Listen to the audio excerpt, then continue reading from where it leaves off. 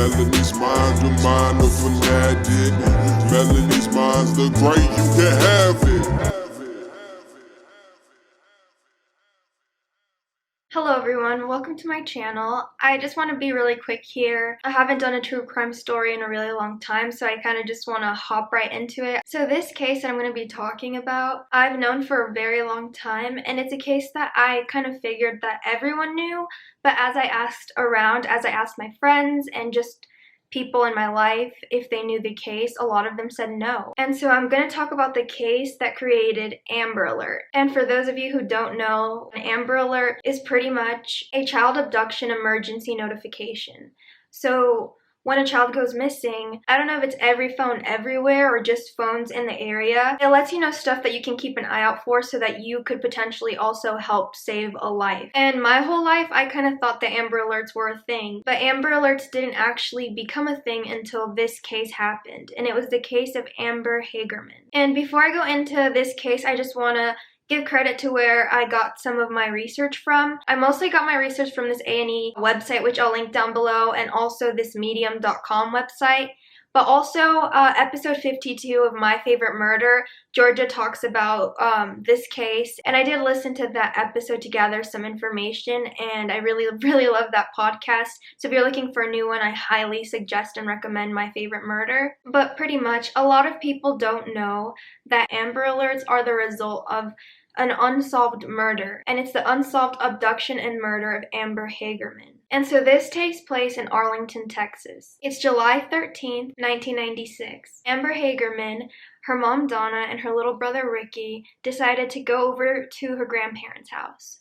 And so once they got there, Ricky and Amber asked their grandparents if they could ride their bikes, which their grandparents just said yes to because it's not anything that they thought they should worry about. They just told him, make sure that you don't go past a block away. And so Amber and Ricky got on their bikes and they were just cruising around the neighborhood. When they actually ventured down a little bit further than they should have, they ended up at this abandoned Winn-Dixie grocery store. It was only 2 blocks away from their grandparents' house, and it was in a residential area, so they felt pretty safe there, and they were in the parking lot, so it gave them a lot of space where they could just ride their bikes around. So Amber and Ricky played there for a little while, but then Ricky got a little bit scared or nervous that they were too far away from home, so he told Amber that he was going to head back home, and Amber said that she was just going to stay there and play for a little bit longer, so he just went off and went back to his grandparents' house. When he got back home, his grandparents and his mom asked him where Amber was, and he told them where she was, and they told him to go back and get her.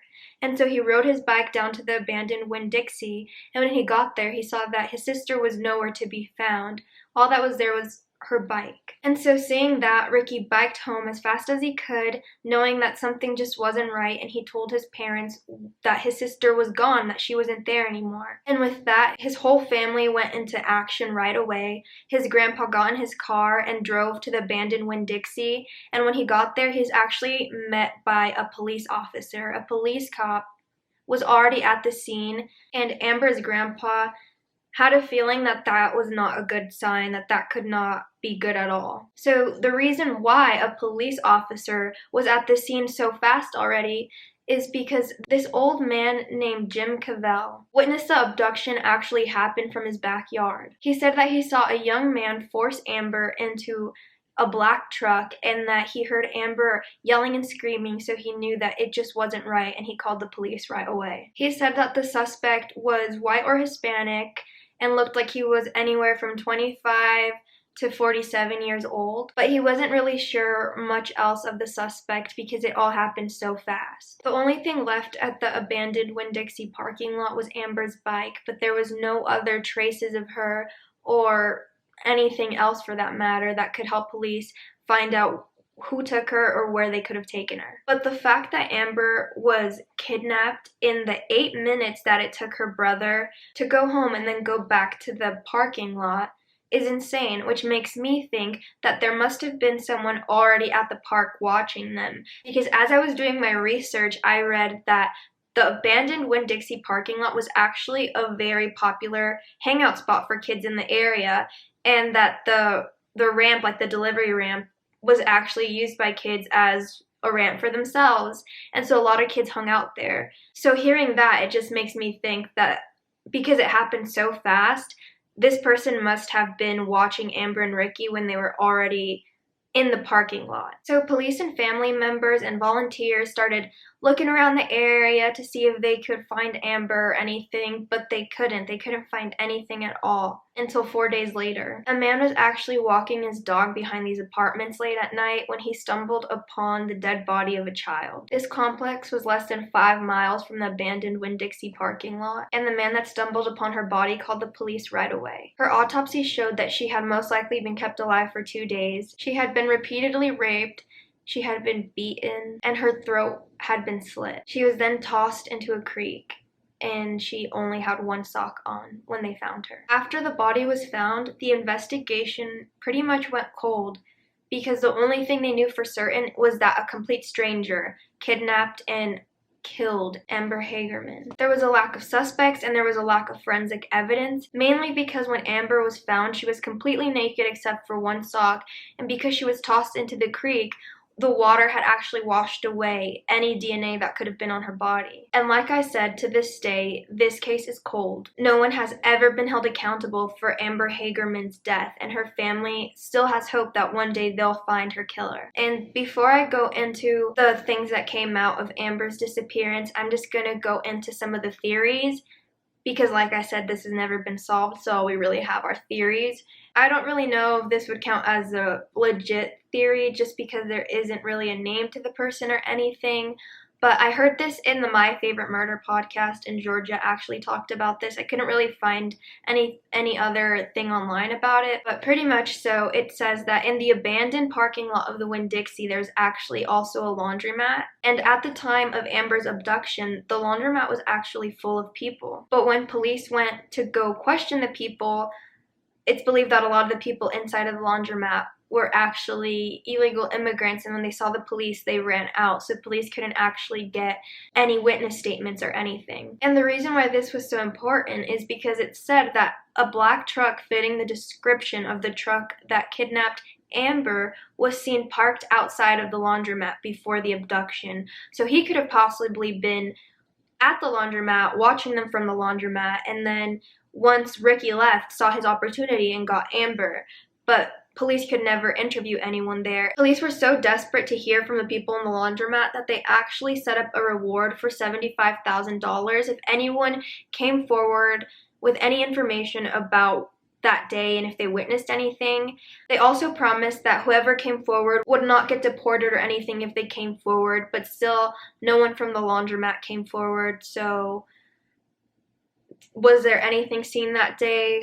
Who knows, but it's just a theory that maybe someone from the laundromat could have seen something. But like I said, I could only find that when I listened to the My Favorite Murder podcast, so I'm not really sure.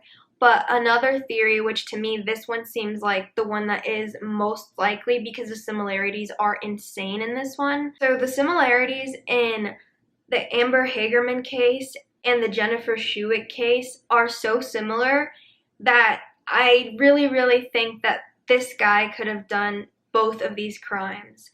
And so I'm just going to take you through what happened.